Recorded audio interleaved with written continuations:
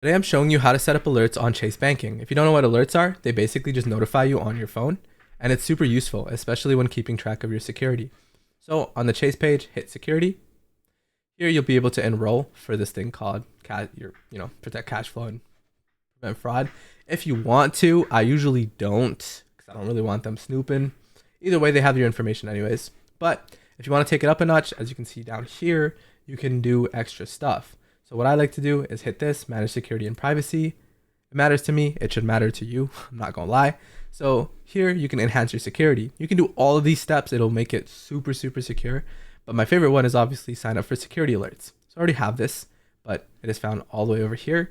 So this is your account, everything basically you need. But I have Apple notifications. And as you can see here, there are 3 options. They're all good. You get to pick what you want. So as you can see here, my balance, if it's below $100, I want it to give me an alert. If my account is overdrawn, I want it to give me an alert. Email Apple notifications. Email Apple notifications. You get to choose, essentially. And there's quite a bit of customizability, and you can use any of these.